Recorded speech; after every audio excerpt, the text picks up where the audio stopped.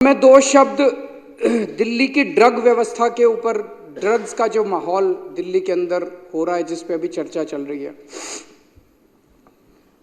मैं दिल्ली में जगह जगह कोने कोने में जा रहा हूँ। इस टाइम कानून व्यवस्था इतनी ज़्यादा चरमरा गई है, खास तौर से जब से अमित शाह जी देश के गृह मंत्री बने हैं और उन्होंने दिल्ली की कानून व्यवस्था को संभाला है, तब से दिल्ली के अंदर पूरी दिल्ली की कानून व्यवस्था लगभग खत्म हो चुकी है।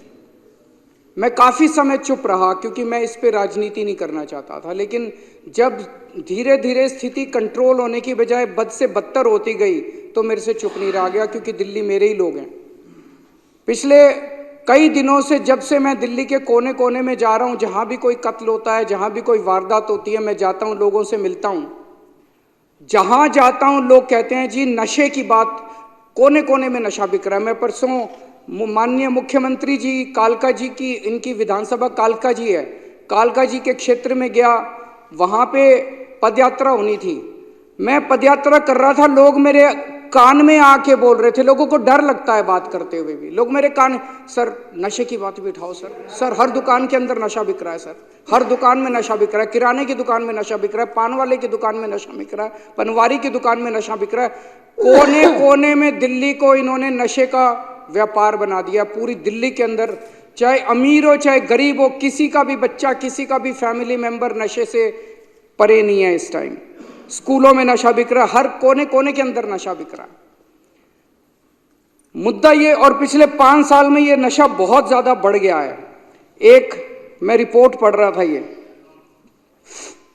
ये archives.today करके कोई वेबसाइट है, इसमें लिखा हुआ है कि कठपुतली colony, a DDA official says that ever since he joined work in the area in 2021, as many as 300 people have died due to drugs। एक कठपुतली कॉलोनी, अकेली कठपुतली कॉलोनी के अंदर नशे की वजह से DDA का अफसर कह रहा है कि 300 बच्चों की मौत हो चुकी है एक कॉलोनी के अंदर। ये कोई छोटी बात नहीं है। मैं इनसे भी कहना चाहता हूं कि राजनीति अलग है, लेकिन हमारे बच्चे मर रहे हैं। हम सब लोगों को मिलकर साथ काम करना चाहिए, बच्चों को बचाने के लिए काम करना चाहिए। इस पर राजनीति नहीं होनी चाहिए। ये नशा आ कहां से रहा है? दिल्ली में तो नशा पैदा होता नहीं है, हमारे दिल्ली के अंदर तो नशा मैन्युफैक्चर भी नहीं होता। ये नशा आ कहां से रहा है? मैं इस सम्मानित सदन के समक्ष कुछ डेटा रखना, कुछ इंसिडेंट्स रखना चाहता हूं। कहां से आ रहा है मुझे भी नहीं, लेकिन कुछ इंसिडेंट्स हैं। 1 अक्टूबर को दिल्ली के महिपालपुर में 562 किलो कोकेन और 40 किलो मैरिजुआना पकड़ा गया। ये गुजरात से आया था। 10 अक्टूबर को 208 kilo cocaine Ramesh Nagar waste Delhi से पकड़ी गई। ये गुजरात से आई थी। जब इन दोनों का पता चला, यहां गुजरात से अंकलेश्वर से आए थे, तो 13 अक्टूबर को अंकलेश्वर में वहां पे जब रेड हुई तो वहां 518 किलो और कोकेन मिली।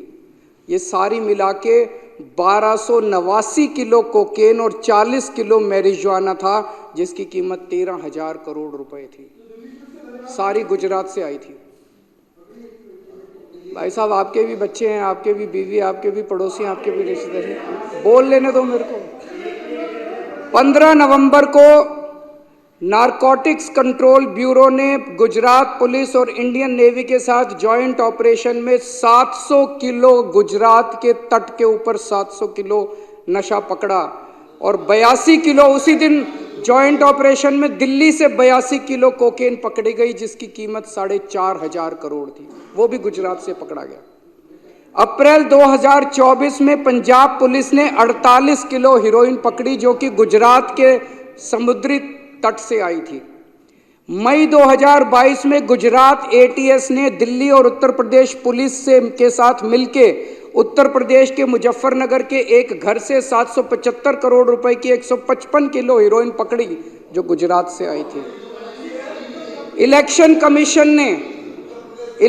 कमीशन ने 20 मई को अपनी प्रेस रिलीज में बताया है कि कैसे गुजरात जो है वो देश में नशे का गढ़ बन गया है। उनकी प्रेस रिलीज में लिखा है कि लोकसभा चुनाव के दौरान 30,959 करोड़ रुपए की ड्रग्स पकड़ी गई, जिसमें से 1189 यानी कि 30% नशा केवल गुजरात से पकड़ा गया। ये इलेक्शन कमीशन का डेटा है। गुजरात के अंदर फैक्ट्रियां चल रही हैं नशा बनाने की, नशा मैन्युफैक्चर करने की और नशा प्रोसेस करने की। गुजरात में फैक्ट्री चल रही है। अवकार ड्रग्स लिमिटेड अंकलेश्वर में चल रही है। अवसर एंटरप्राइजेज अंकलेश्वर में चल रही है। सेखा गांव भरूच डिस्ट्रिक्ट में एक केमिकल फैक्ट्री चल रही है जहां पे मैन्युफैक्चरिंग होती है। सावली तालुका वडोदरा के अंदर एक अंडर कंस्ट्रक्शन फैसिलिटी है जहां पे नशे का मैन्युफैक्चर होता है। खुलेआम फैक्ट्रियां चल रही हैं गुजरात के अंदर जहां पे। और ये नशा आता कहां से है? रॉ मटेरियल कहां से आता है? रॉ मटेरियल आता है समुद्र के रास्ते। गुजरात का जो पोर्ट्स है, मुंद्रा पोर्ट खासकर, सितंबर 2021 में 3000 किलो हीरोइन पकड़ी गई मुंद्रा समुद्री पोर्ट से। मुंद्रा पोर्ट से 21,000 करोड़ रुपए की, जो भारत के इतिहास में सबसे बड़ी रिकवरी थी। 21,000 करोड़ रुपए की 3,000 टन। और उन्हीं दिनों अखबारों में छपा कि 3 महीने पहले जून के महीने में 2021 में 24,000 किलो हीरोइन 70,000 करोड़ रुपए की बिना पकड़े निकल गई थी देश के अंदर, उसी तट से। ये अखबारों के अंदर छपा था। मई 2022 में 52 किलो कोकेन 500 करोड़ की पकड़ी गई मुंद्रा पोर्ट से। जुलाई 2022 में 375 करोड़ की 75 किलो हीरोइन पकड़ी गई मुंद्रा पोर्ट से, जो कि पंजाब ले जाई गई। जुलाई 2024 में 110 करोड़ की ट्रेमेडोल पकड़ी गई मुंद्रा पोर्ट से। ये तो पकड़ी गई, जो मुंद्रा पोर्ट से चली गई उसका पता नहीं। तो मोटे मोटे तौर पे निष्कर्ष क्या निकलता है? निष्कर्ष ये निकलता है अध्यक्ष महोदय, और एक अखबार की खबर के मुताबिक पिछले कुछ वर्षों में 2.5 लाख करोड़ रुपए की ड्रग्स जो है वो गुजरात के अंदर पकड़ी गई है। 2.5 लाख करोड़ रुपए की। इससे निष्कर्ष क्या निकलता है कि समुद्र के रास्ते मुंद्रा पोर्ट से ड्रग्स देश में एंटर कर रही हैं, रॉ मटेरियल एंटर करता है। गुजरात के अंदर ढेर सारी फैक्ट्रियां लगी हुई हैं और उन फैक्ट्रियों के अंदर उसकी मैन्युफैक्चरिंग होती है, प्रोसेसिंग होती है और वहां से पूरे देश के अंदर बांटी जाती है। पंजाब, उत्तर प्रदेश, हरियाणा, राजस्थान, मध्य प्रदेश, कहीं भी आज नशा पकड़ा जा रहा है। पता चला कहां से आया? गुजरात से आया। ये वायर मैगजीन की एक रिपोर्ट है जिसने मुंद्रा पोर्ट कौन कंट्रोल करता है?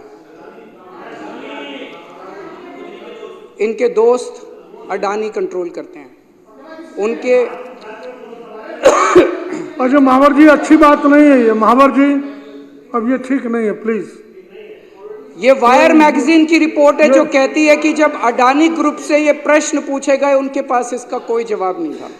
ये प्रश्न खड़े करता है। मैं किसी पे दोषारोपण नहीं करता, लेकिन हम देश के नागरिक हैं, आजाद नागरिक हैं। हमारे बच्चों का भविष्य का सवाल है। पूरे देश के एक पूरी पीढ़ी खराब हो जाएगी। पूरे देश को नशे के अंदर झोंका जा रहा है और ये बहुत बड़ा षड्यंत्र चल रहा है।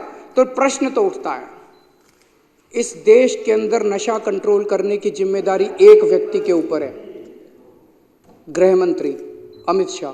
अमित शाह की जिम्मेदारी है कि पूरे देश के अंदर नशा कंट्रोल करे।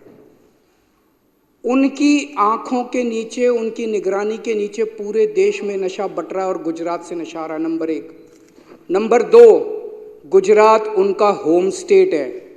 उनका होम स्टेट आज गुजरात गढ़ बन गया है नशे का। और मैं गुजरातियों के लिए भी मेरे मन में सहानुभूति है, क्योंकि गुजरात से जो नशा निकल रहा है वो गुजरात के अंदर भी पूरी तरह, गुजरात के बच्चे, गुजरात के युवा भी नशे के अंदर धकेले जा रहे हैं।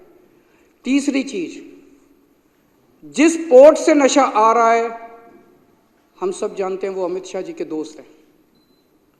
अमित शाह जी का होम स्टेट, अमित शाह जी की निगरानी और अमित शाह जी का दोस्त जिस पोर्ट के जरिए आ रहा है, इतने बड़े स्तर के ऊपर नशा क्या बिना सरकारी संरक्षण या बिना सरकारी लापरवाही के हो सकता है? नहीं हो सकता। तो लोग ये प्रश्न कर रहे हैं कि क्या इसमें सरकारी मिलीभगत भी हो रही है पूरे देश के अंदर जो नशा बिक रहा है? और अगर सरकारी मिलीभगत है तो वो केवल नीचे के लेवल की है या टॉप तक मिलीभगत है? हमारी पूरी पीढ़ी का सवाल है। दिल्ली के, ये सारी रिसर्च मैंने क्यों की है, सारी रिसर्च क्यों, क्योंकि पिछले दिनों में जहां जा रहा हूं, कल शालीमार बाग की झुग्गियों के अंदर गया, इनसे पूछिए, जिससे मैं बात करूं वही कहे सर यहाँ नशा बहुत बिक रहा है, सर यहाँ नशा बहुत बिक रहा है। मैं परसों कालका जी गया, सर यहाँ नशा बहुत बिक रहा है, सर यहाँ नशा बहुत बिक रहा है। मैं जहां जा रहा हूं वहीं लोग नशे की बात कर रहे हैं। दिल्ली के अंदर पूरी दिल्ली के लोग, पूरे देश के लोग नशे से पीड़ित हैं। हमारे पूरे देश के युवाओं की भविष्य का सवाल है अध्यक्ष महोदय। इसीलिए मैं चाहता हूं कि अमित शाह जी इस देश की खातिर नशे के ऊपर एक्शन लेना, ठोस कदम उठाना चालू करें, नहीं तो जनता के मुंह बंद नहीं कर पाएंगे वो, जब जनता कहेगी कि सरकारी संरक्षण नशा करने वालों को मिल रहा है।